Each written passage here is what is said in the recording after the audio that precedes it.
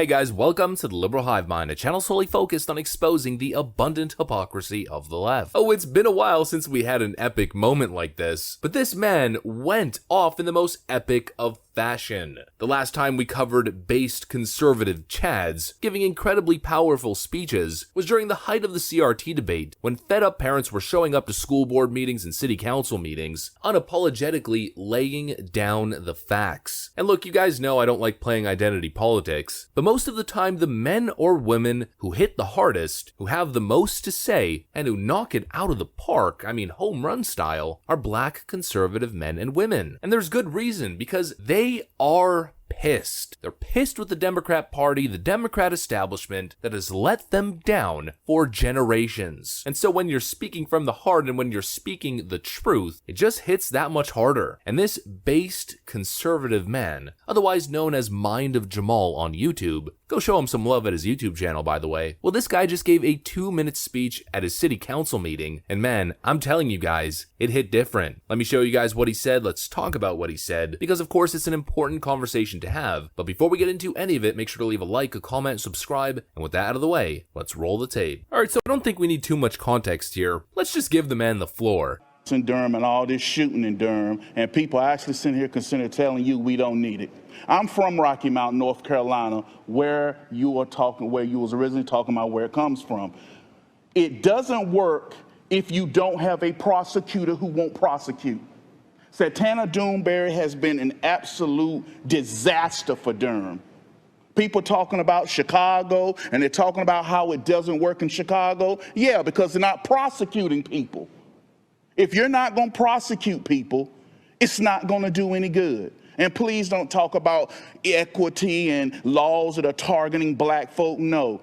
These laws are targeting killers. These laws are targeting people who are destroying our community. In the 1990s, people complain about the 1994 crime bill. Well, it was black folk that went to the Democrat Party. I'm a Republican. I got to admit, it was black folk that went to the Democrat Party and asked, do something about our communities because they shooting and killing in here. And they came up with the 1994 crime bill.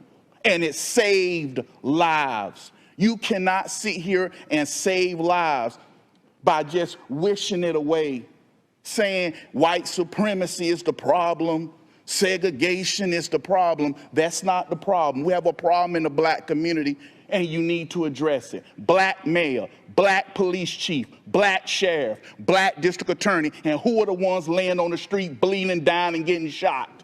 Black folk. So when you sit here asking a question, how many black people you got work at your business? Really?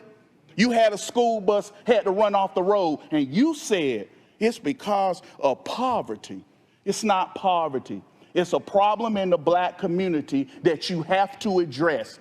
The problem is, are you man enough or woman enough to address the community?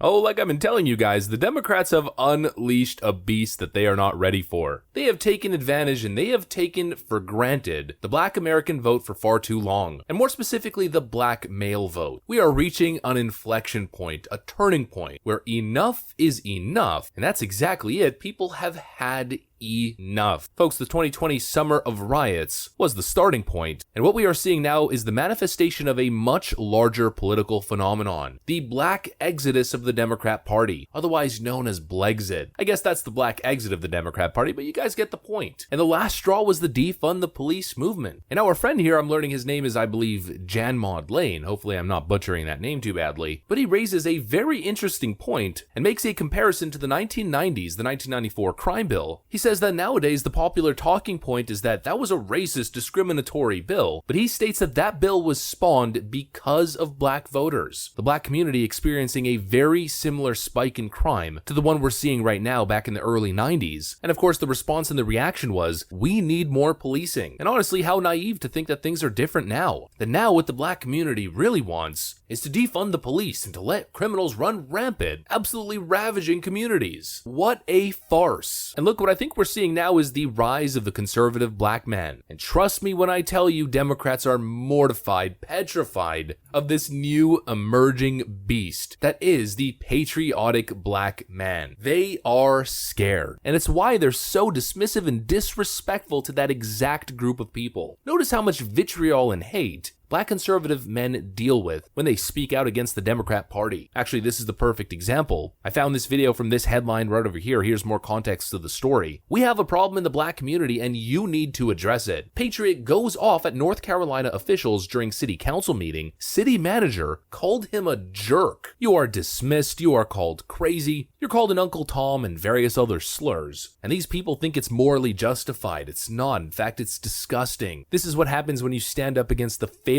of Democrats in your own communities. And then they go on news networks and disrespect you even further. Here's an example from the TYT. Vernon Jones, a very outspoken former Democrat, now Republican, posted a video from the TYT with Cenk Uygur and I don't know, some other clown. I don't want to play the clip because it's quite disrespectful and hateful. You guys can find it yourself. You can source it. And also at the bottom, Vernon Jones is contacting YouTube, essentially reporting the clip. So I don't want to mess with actually playing the clip, especially not if it's on YouTube's radar at all. I mean, I've dealt with enough YouTube problems over the last couple of weeks. But in the clip, they essentially dismiss him as a puppet for the white man who would be willing to dance or would be willing to twerk if the white Republican asked for it. Absolutely disgusting, despicable, dehumanizing statement. But look, Democrats wouldn't be acting like this unless they were desperate. This is what they do. When they get desperate, they resort to desperate measures. Whether it's the crazy stuff they attack Ron DeSantis with because he's clearly a massive perceived political threat, the stuff they attack Donald Trump with, I mean, they're still doing it 6 years later with this sham January 6th garbage hearing. They wouldn't be acting like this. They wouldn't be so desperate in their despicable attacks if there wasn't a clear political threat. And trust me when I say this, the patriotic black conservative man is a massive threat to the Democrat establishment. There are so many important districts and important states that can start to flip. If they start to lose the black vote, I mean, the state of Georgia is gone forever. If the black vote starts to shift in Philadelphia and Detroit, that's big problems for the Democrats. But that's what's happening as the veil is starting to be pierced. This veil, this mirage that the Democrats have been fighting so hard to maintain and keep up. Well, it's starting to fade. It's starting to fade on issues like crime, on issues in the economy. And even the racial narrative, the very emotional narrative is starting to fall apart as people see the clear hypocrisies. Actually, here's hypocrisy and irony. Of course, we all remember when LeBron James claimed that he's scared to leave his house because police officers are just so bad and evil, and they're indiscriminately going after black men. Well, speaking of this narrative, the narrative that LeBron James tries to fabricate here is that it only swings in one direction and that the victim is always the young black male. Then this happens. U.S. Marshals arrest 3 men, 19, 20, and 21, over the ending of a boy or the loss of life of a boy, 17, who was beaten until he passed away in the parking lot of LeBron James' founded high school in Ohio. If that is not peak irony, then I don't know what is. A young 17-year-old white boy who played a little innocent prank on 3 individuals who are pictured here who have subsequently been arrested by the U.S. Marshals, and they took his life over a prank, over a joke. The narratives are falling apart.